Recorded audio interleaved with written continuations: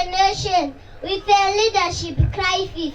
Cries of a nation plunged in total darkness. A country without power. A country running around the world with a begging bowel. Yes, the country flows. You can run.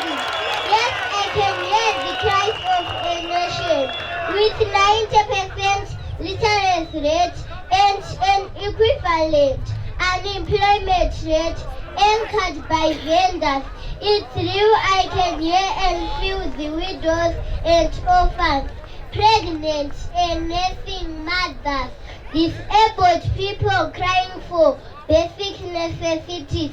Yes, I can feel a nation engulfed with fear. Fear of the unknown, fear of a trigger, happy regime, determined to kill for power.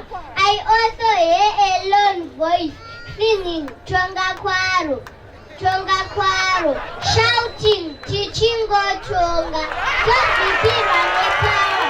It's the voice of a clueless and cruel gaffer. But beyond that, I see and hear the voice of a mighty man. His eyes are focused on Zimbabwe. He's whispering encouraging words in my ears. The beautiful city is across the river. Arise, the youth of Zimbabwe. Arise, the women of Zimbabwe. Arise, the brave men of Zimbabwe. Cross the river and claim your beautiful city, for I give it to you. The time is now. The time is now. The time is now. The time is now. Thank you very much.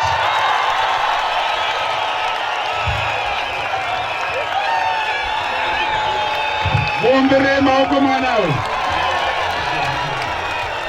Ndoko unoona vamwe vanhu vachiri kusumudza chibhakera vachingoti kutonga kwaro, but vana vakadiki vakadai vari liberated. Thank you very much. More blessings.